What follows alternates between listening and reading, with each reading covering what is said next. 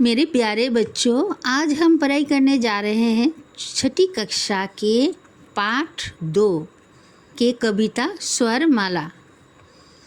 तो क्या है? अनार के दाने लाल लाल, आम भी है मीठे रसाल, इमली की चटनी इतनी खट्टी, ईख का रस मगर मीठा जी। उल्लू सोता रहता दिन भर, ऊँट कराता रेगिस्तान का सफ़र।